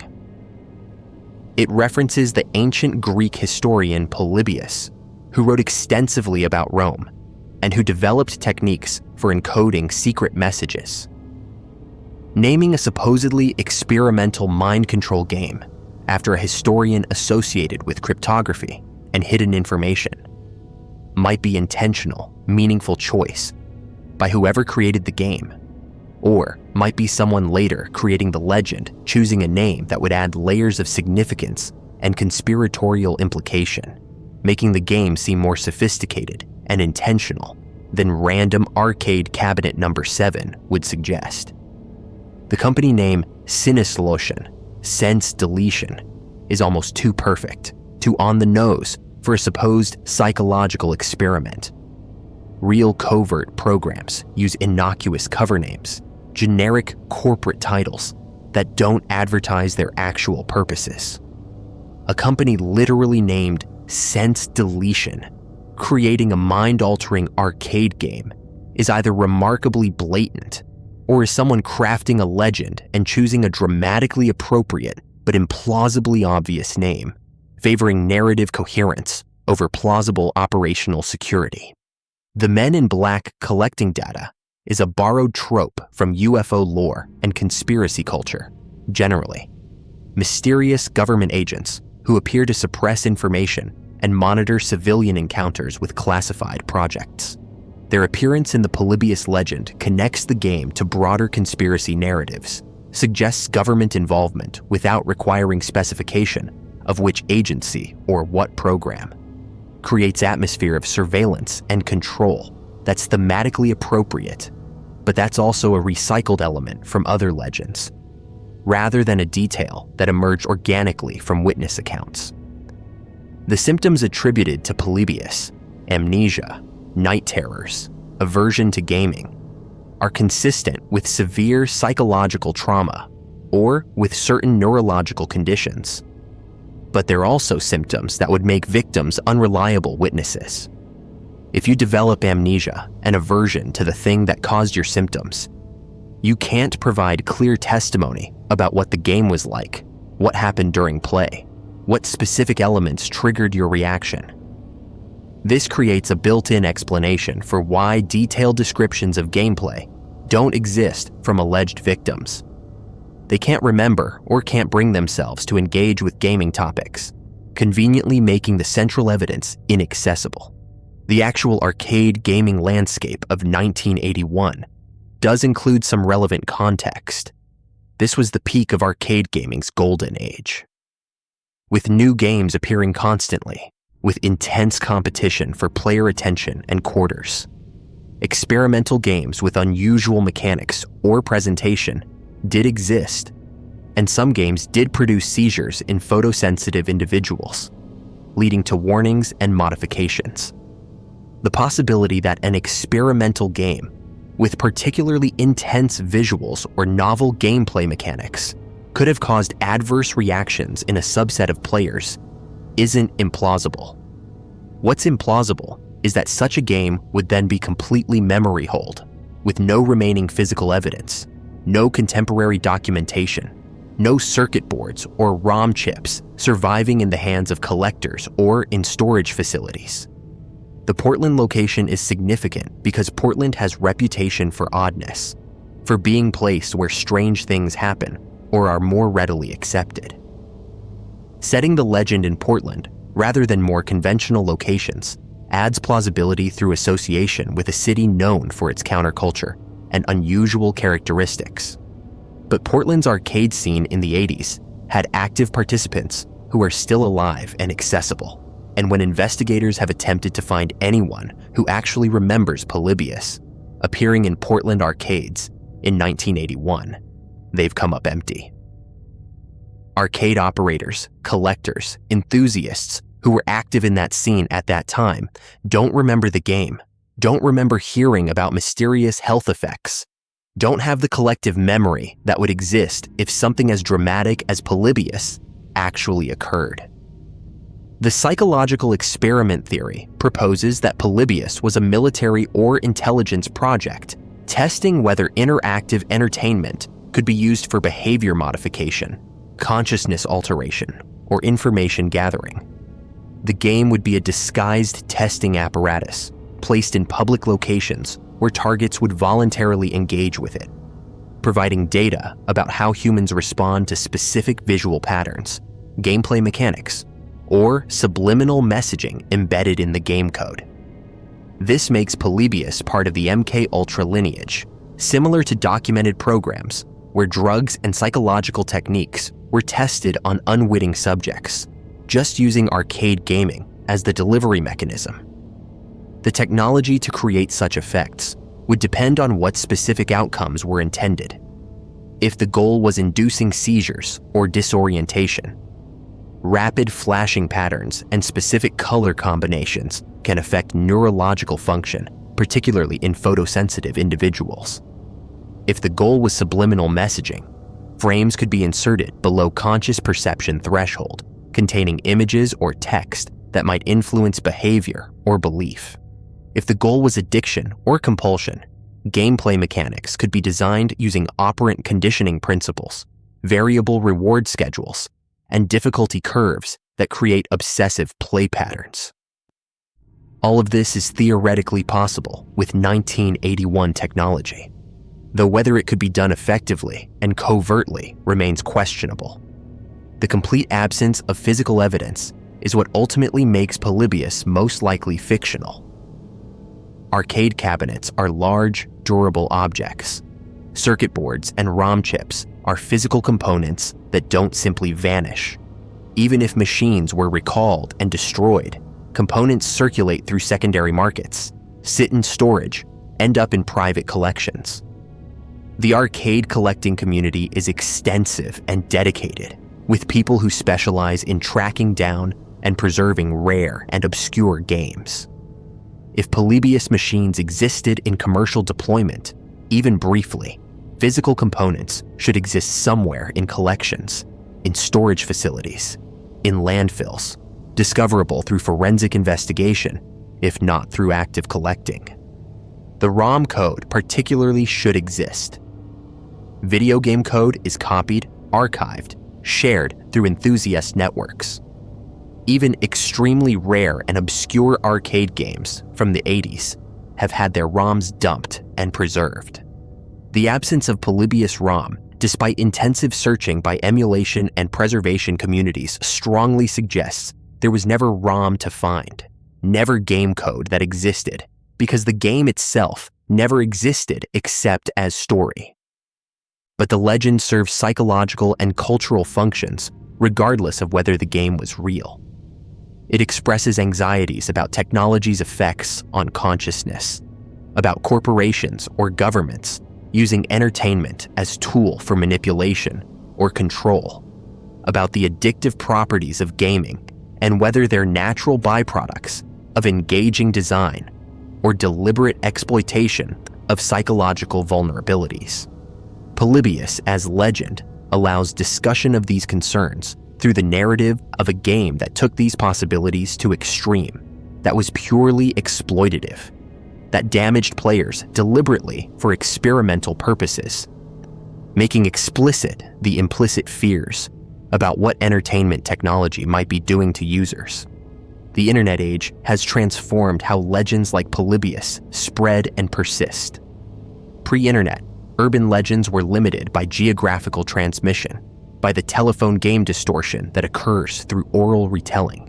Internet allows legends to be documented in text, to spread globally instantly, to accumulate elaborations that get added to the canonical version, to be researched and debunked, and yet continue circulating because debunking reaches different audiences than the original legend.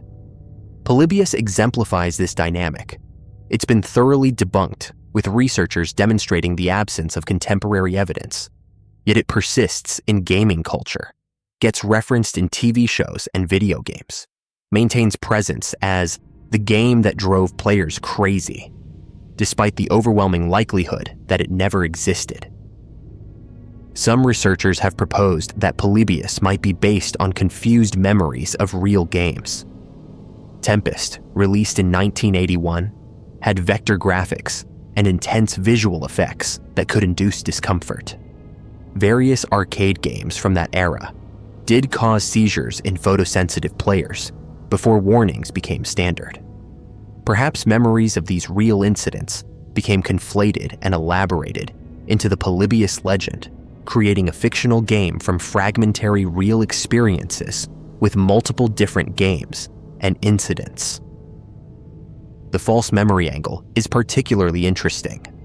If enough people hear detailed descriptions of Polybius, some percentage may develop false memories of having encountered or played it, their brains constructing memory-like experiences from the legend rather than from actual events.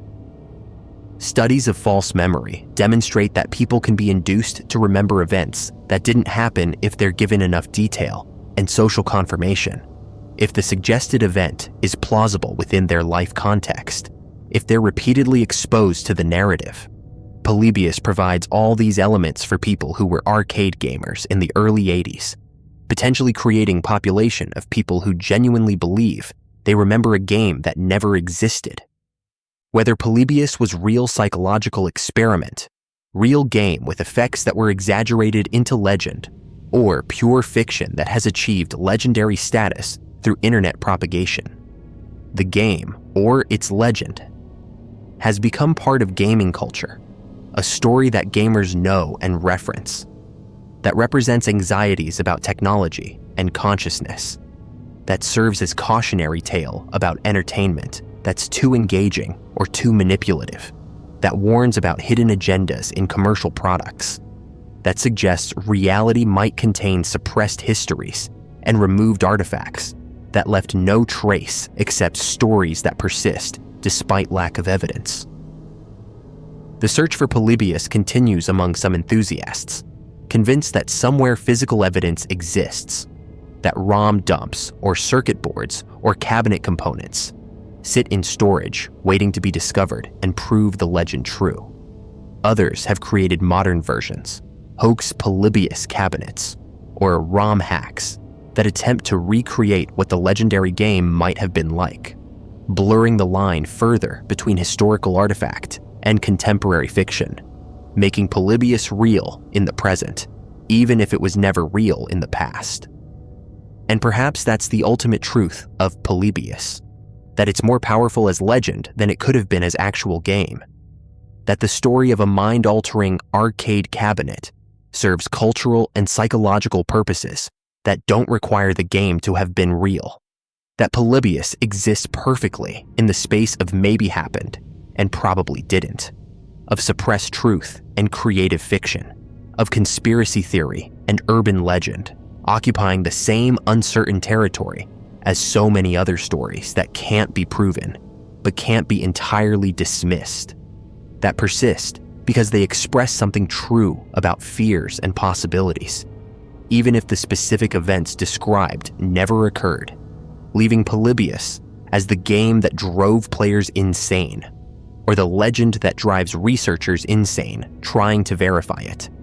The arcade cabinet that appeared and disappeared in 1981, taking players' sanity with it, or the story that appeared in 1998 and has been taking researchers' time and credibility ever since, as they search for evidence of something that all available data suggests never existed outside imagination and internet. A game that was never programmed and never installed and never played, except in the collective consciousness where legends live, where Polybius will remain. As long as people wonder whether somewhere, somehow, maybe it actually was real. Maybe the men in black did collect the machines.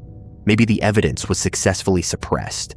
Maybe Sinneslauschen was real, and the sense deletion they accomplished included deleting all trace of their own existence and their experimental game, leaving only the legend, only the story, only the persistent urban myth of Polybius, the arcade game that drove players insane, the game that might never have existed, but that exists now as legend, as cautionary tale, as mystery, that may never be solved because there's nothing to solve, no truth to uncover. Except that humans create powerful stories about things that frighten or fascinate us, and Polybius, real or fictional, has become one of those stories. Permanent fixture in gaming folklore, permanent mystery in conspiracy theory catalogs, permanent question that will likely never receive definitive answer, because the evidence we'd need to prove or disprove it vanished in 1981, or never existed at all, leaving us only with the legend of the game that was too effective, that worked too well, that accessed consciousness in ways that entertainment shouldn't, that drove players insane and then disappeared as completely as if it had never existed, taking with it any certainty about whether any of this actually happened, or whether Polybius is entirely fiction that has successfully masqueraded, though, as suppressed history, leaving us to wonder forever about the arcade cabinet that might have stood in Portland suburbs for 1 month in 1981, might have damaged players' minds, might have been government experiment or corporate accident, or might simply be the most successful gaming urban legend ever created, a story so compelling and so detailed that decades later, people still search for evidence, still believe it might be real, still feel the pull of a mystery that cannot be solved because there's nothing to find, no game to discover, no truth to reveal, except that sometimes the most powerful games are the ones that exist only in imagination, only in legend, only in the persistent story of Polybius, the game that drove players insane, or the game that never existed at all. Gloomy Sunday, the song that made people end their lives. There's a melody that was composed in Hungary in 1933 that allegedly carries something in its structure, something in the arrangement of notes and the progression of chords that affects human consciousness in ways music isn't supposed to. It's called Gloomy Sunday, and according to legend and scattered documentation, the song has been directly linked to dozens, possibly hundreds, of deaths by suicide. People who heard it and felt compelled to end their lives within hours or days, as if the music planted something in their minds that grew until self-destruction became the only imaginable response. The composer himself eventually took his own life, decades after writing it. The song was banned from radio broadcast in multiple countries. Sheet music was pulled from stores, yet it persists, recorded by major artists, available now to anyone with internet access. The melody waiting in digital archives for the next person who'll hear it and feel something shift inside their consciousness. Some door opening onto darkness that wasn't there before they pressed play. The song was written by Rezo Seres, a Hungarian pianist and composer working in Budapest during the economic devastation of the Great Depression. Europe was drowning in poverty and despair. The future looked apocalyptic, and Seres channeled this collective misery into a composition he initially called Vége Vilányak. The world is ending. The melody is haunting and profoundly melancholic, moving through minor key progressions that create a sense of inexorable descent, of something falling that can never rise again. Lyrics were added later by poet Laszlo Javor, describing a person contemplating joining their deceased lover in death, standing at the edge of that decision while Sunday, traditionally a day of rest and worship, becomes the day they'll choose to end their suffering. The song became popular in Budapest cafes and clubs, but alongside its popularity came disturbing reports. The first alleged suicide connected to the song involved a shoemaker in Budapest who left a note saying he couldn't get the melody out of his head, that it had been playing in his thoughts continuously, driving him to a state where death seemed like the only escape from the music. Then a young woman drowned herself in the Danube after requesting the song at a nightclub. A shopkeeper hung himself with the sheet music for Gloomy Sunday in his pocket. The accounts accumulated, each linking the song to self-inflicted death, until Budapest newspapers began calling it the Hungarian suicide song and warning people against listening to it. The phenomenon spread as the song gained international attention. In America, where it was translated as Gloomy Sunday and recorded by Billie Holiday in 1941, reports emerged of people killing themselves after hearing the recording. A New York typist gassed herself with a copy of the sheet music clutched in her hand. A Berlin man requested the song at a nightclub and shot himself as it played.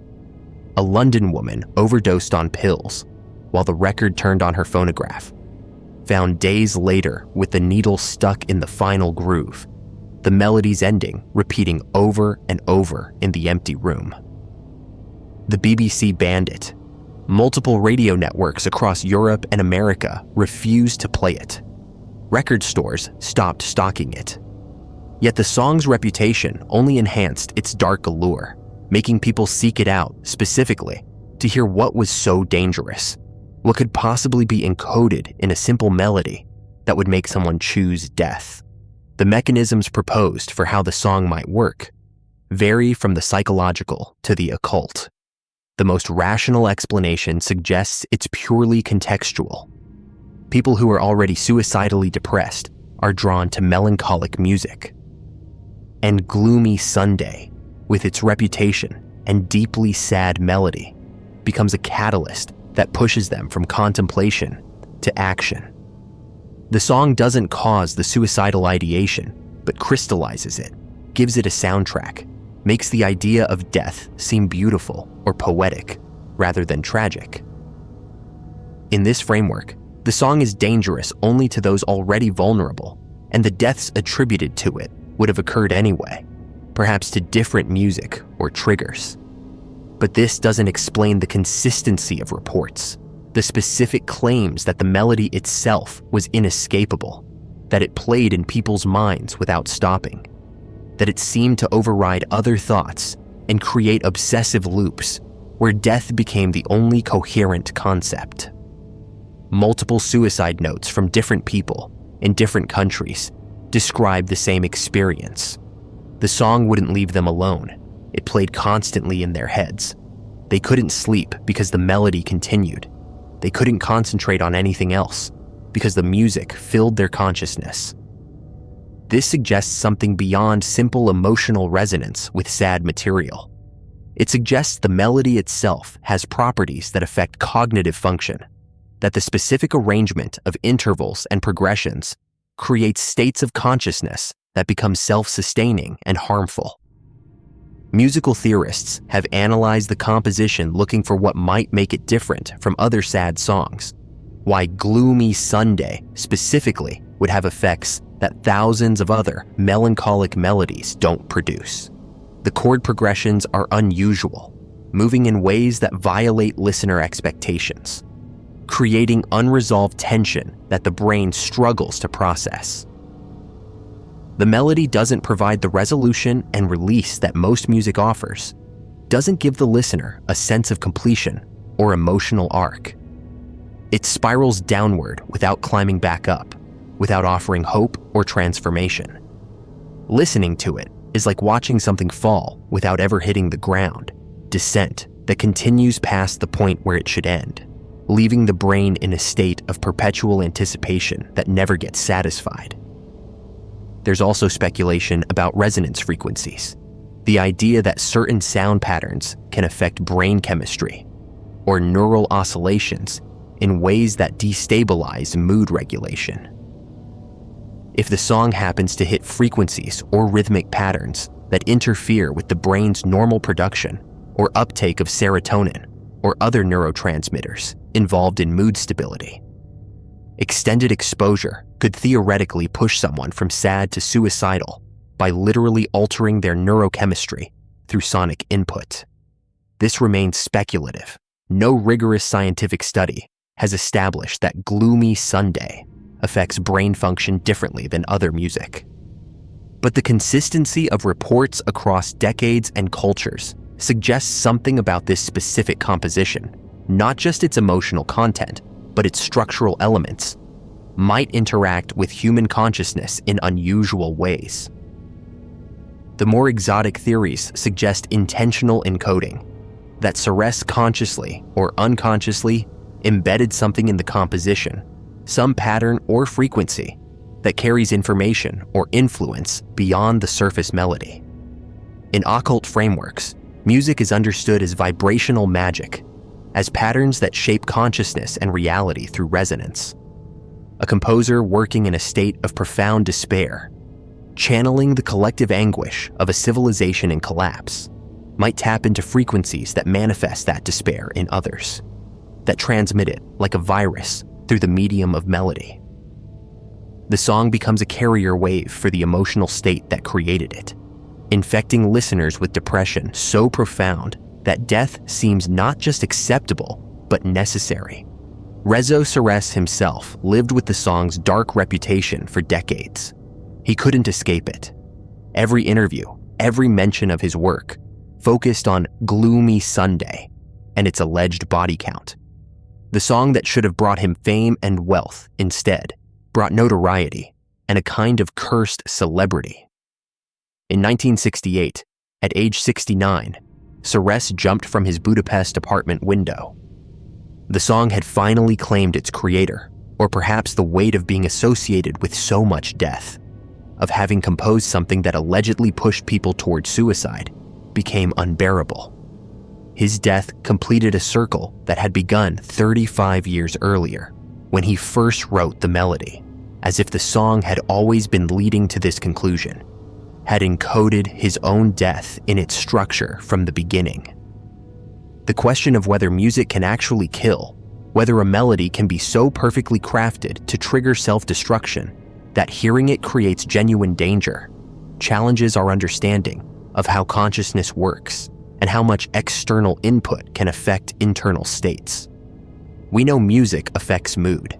It's used therapeutically to manage depression and anxiety, used commercially to manipulate purchasing behavior, used in warfare to disorient or break enemy combatants. But the idea that a single song could consistently push vulnerable people over the edge from depression into suicide implies a level of power that most people are uncomfortable attributing to art. Yet the deaths connected to Gloomy Sunday are documented in newspapers and police reports from the 1930s and 40s. Some can be verified, others remain anecdotal, and the actual number is impossible to confirm because causes of suicide are complex, and many people who died may have heard the song without anyone knowing. It played a role in their decision. But dismissing all of it as urban legend ignores substantial historical documentation that something unusual was happening, that enough suicides were linked to this specific song that multiple governments took action to restrict its broadcast and distribution. Modern listeners can find the song easily online, can hear various recordings, and judge for themselves whether it produces unusual effects. Most report finding it sad and haunting, but not dangerous, not producing anything beyond ordinary emotional response to melancholic music.